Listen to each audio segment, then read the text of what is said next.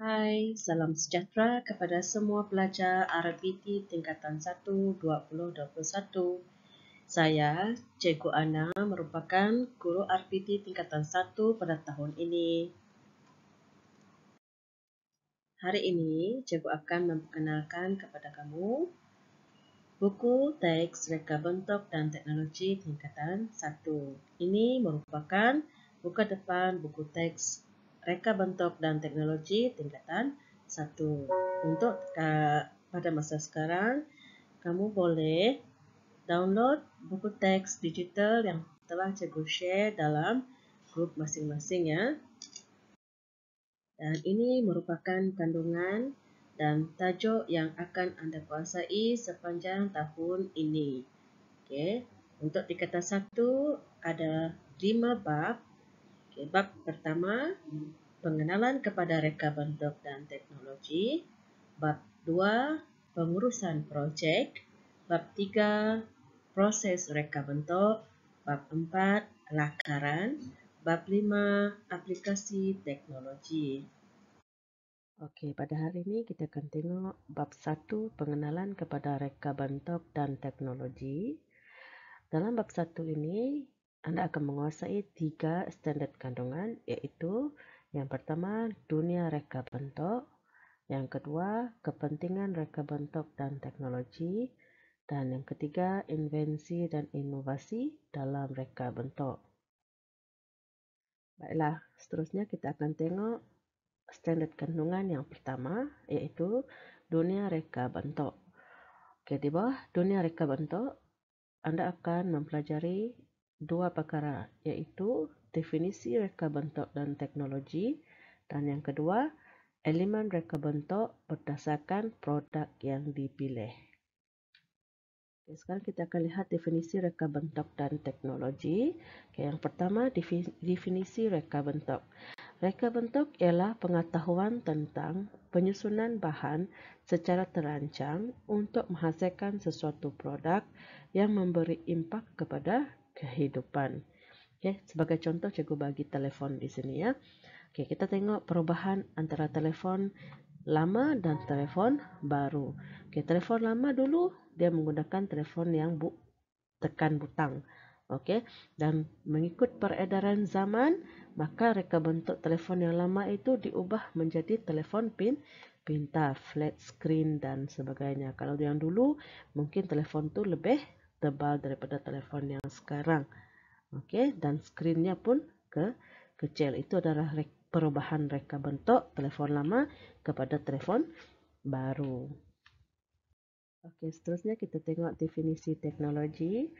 Teknologi ialah pengaplikasian ilmu sains dan matematik dengan menggunakan sumber semula jadi untuk dijadikan alat tenaga atau sistem. Okay, fungsi teknologi ini adalah untuk memudahkan tugasan manusia. Okay, kita tengok contohnya daripada bahan mentah iaitu pokok.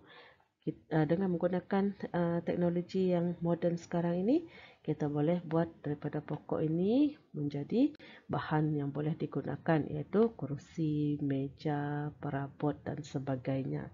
Okay. Seterusnya kita akan tengok yang ketiga, iaitu definisi reka bentuk dan teknologi. Okay. Reka bentuk dan teknologi merupakan gabungan pengetahuan tentang penyusunan bahan secara terancang dengan mengaplikasikan pengetahuan sains dan matematik. Tujuannya adalah untuk memudahkan kehidupan manusia. Okay. Baiklah, seterusnya kita tengok pada bidang reka bentuk dan teknologi. Okay. Reka bentuk terbahagi kepada dua, iaitu reka bentuk konkret dan juga reka bentuk abstrak. Ya, reka bentuk konkret ini adalah proses mereka bentuk sesuatu produk yang dapat dilihat dan dipegang. Okay. Kalau anda berminat dengan reka bentuk konkret, bidang yang boleh anda ceburi adalah bidang pembuatan, mekanikal, electrical, elektronik, mekatronik dan pemakanan. Sebagai contoh reka bentuk bidang pertanian ialah sistem fertigasi dan juga aquaponik. Okey, itu antara bidang reka bentuk konkret. Oke. Yang seterusnya, reka bentuk abstrak adalah proses mereka bentuk produk yang boleh dilihat tetapi tidak boleh dipegang. Okey. Bidang reka bentuk abstrak pula ialah memberi tumpuan kepada bidang perkhidmatan dan komunikasi. Okey, di mana dia boleh memberi perkhidmatan dan komunikasi saja. Okey, tidak boleh disentuh. Kita tidak perlu membuat produk dan sebagainya, tetapi kita memberi perkhidmatan. Okey, seterusnya kita tengok bidang-bidang dalam reka bentuk. Okay, ini adalah jadual di mana antara bidang-bidang yang terbahagi kepada dua, iaitu konkret dan juga abstrak. Okay. Kalau bidang konkret tadi adalah proses mereka bentuk suatu produk yang dapat dilihat dan dipegang. Okay, ini terbahagi kepada dua, iaitu teknologi dan seni. Kalau teknologi, antara bidang-bidang yang boleh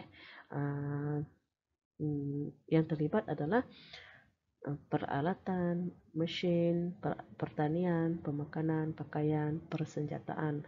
Kalau di bawah seni, seramik, yang membuat masakan, lukisan, alat muzik, arca dan sulaman anyaman. Kalau abstrak pula adalah proses mereka bentuk produk yang boleh dilihat tetapi tidak boleh dipegang, iaitu terbahagi kepada dua, perkhidmatan dan juga komunikasi. Di bawah perkhidmatan, yaitu pengangkutan, sewaan, sistem pembelajaran, proses dan langkah, sistem pengairan. Kalau komunikasi pula, yaitu bahasa atau cara, bunyi, isyarat dan suara, persuratan, periklanan dan juga grafik. Okey, itu antara bidang-bidang dalam reka bentuk. Seterusnya kita akan masuk topik yang kedua di bawah dunia reka bentuk, iaitu elemen reka bentuk berdasarkan produk yang dipilih. Elemen reka bentuk terbagi kepada 7, iaitu garisan, rupa, bentuk, tekstur, saiz, warna dan ruang. Untuk hari ini kita akan belajar 3 sahaja, iaitu garisan, rupa dan juga bentuk, ya. Okey, seterusnya kita akan tengok elemen reka bentuk yang pertama, iaitu garisan. Apakah yang dimaksudkan dengan garisan? Garisan ialah cantuman atau sambungan siri titik yang mempunyai ukuran panjang dan jarak. Okey, terdapat pelbagai jenis garisan, iaitu setiap satunya mempunyai peranan yang tersendiri. So, dalam mereka bentuk, garisan digunakan untuk fungsi-fungsi yang akan cikgu tunjukkan di sini, ya. Iaitu yang pertama, kita tengok fungsi yang pertama, membahagikan dua ruang kawasan. Membahagikan dua ruang kawasan, cikgu bagi contoh pelan lantai bilik tidur. Okey, garisan menunjukkan di mana lokasi bilik dan juga di mana pembahagian ruang untuk tandas. Okey, itu yang pertama. Yang kedua, menunjukkan pergerakan arah atau aliran. Okey, anak panah. Okey, itu contoh dia. Yang ketiga, menunjukkan perhubungan antara elemen. Okey, kalau di sini cikgu bagi contoh gear helix. Okey, ada dua komponen dekat situ, ya. Okey, yang keempat, mewakili ketegangan antara dua titik. Cikgu bagi contoh dekat sini adalah gitar.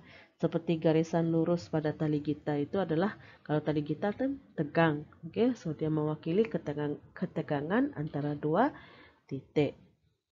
Okay, seterusnya kita tengok fungsi garisan yang kelima, iaitu menunjukkan kestabilan dan kerehatan, seperti garisan melintang pada batu bata ini, ya.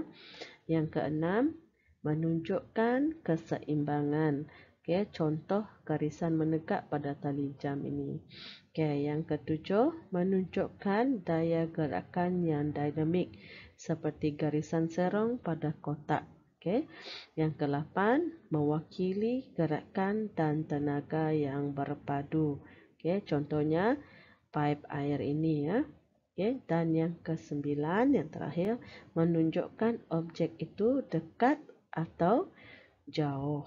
Okay, itu adalah fungsi garisan. Oke, ada 9 fungsi. Oke. Oke, sekarang adalah elemen reka bentuk yang kedua, yaitu rupa. Apakah yang dimaksudkan dengan rupa? Rupa ialah hasil penemuan antara hujung garisan dengan permulaannya. Oke, rupa ini terbahagi kepada dua kategori, yaitu rupa geometri dan rupa organik. Oke. Kalau kita tengok rupa geometri, dia lebih kepada rupa yang mempunyai sudut dan penjuru. Okay. Manakala rupa organik pula mempunyai permukaan yang bebas dan tidak terikat pada bentuk yang khusus. Okay. Itu adalah perbezaan rupa geometri dan rupa organik. Dan elemen reka bentuk yang terakhir untuk hari ini adalah bentuk. Okey, iaitu bentuk. Apakah yang dimaksudkan dengan bentuk? Bentuk ialah objek yang mempunyai ruang, isi padu dan mempunyai lebih dari satu permukaan. Okey. Bentuk ini terbahagi kepada dua jenis, iaitu bentuk konkret dan juga bentuk abstrak ataupun ilusi. Okey. Bentuk konkret adalah bentuk yang mempunyai bentuk dan juga boleh dipegang. Okey, itu adalah bentuk konkret. Manakala bentuk ilusi adalah bentuk yang kelihatan 3 dimensi ataupun 3D dan berunsurkan seni. Okey, itu adalah perbezaan antara bentuk konkret dan bentuk ilusi. Okey, sekian saja pembelajaran kita pada hari ini. Okey, nanti sekiranya ada soalan ataupun nak bertanya dengan cikgu, boleh WhatsApp dalam grup ataupun personal WhatsApp dengan cikgu. Okay, nanti cikgu akan sendkan latihan untuk hari ini mengikut topik yang kita telah pelajari. Okay, latihan yang dah siap boleh send dalam grup atau personal WhatsApp dengan cikgu. Pastikan tulis nama ya. Okay, sekian saja. Jumpa pada kelas hadapan. Bye.